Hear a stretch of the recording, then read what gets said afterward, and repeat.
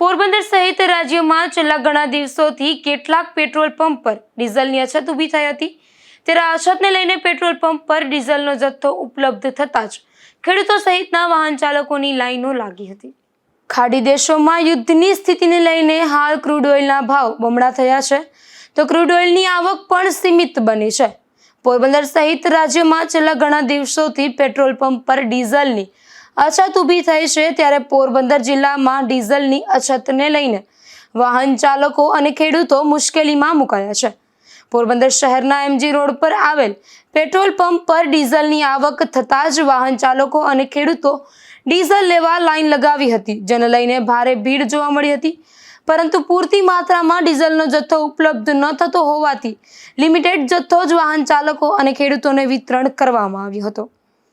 નિપુલ પોપટ સાથે અશોક થાનકી, ગુજરાત ન્યૂઝ, પોરબંદર।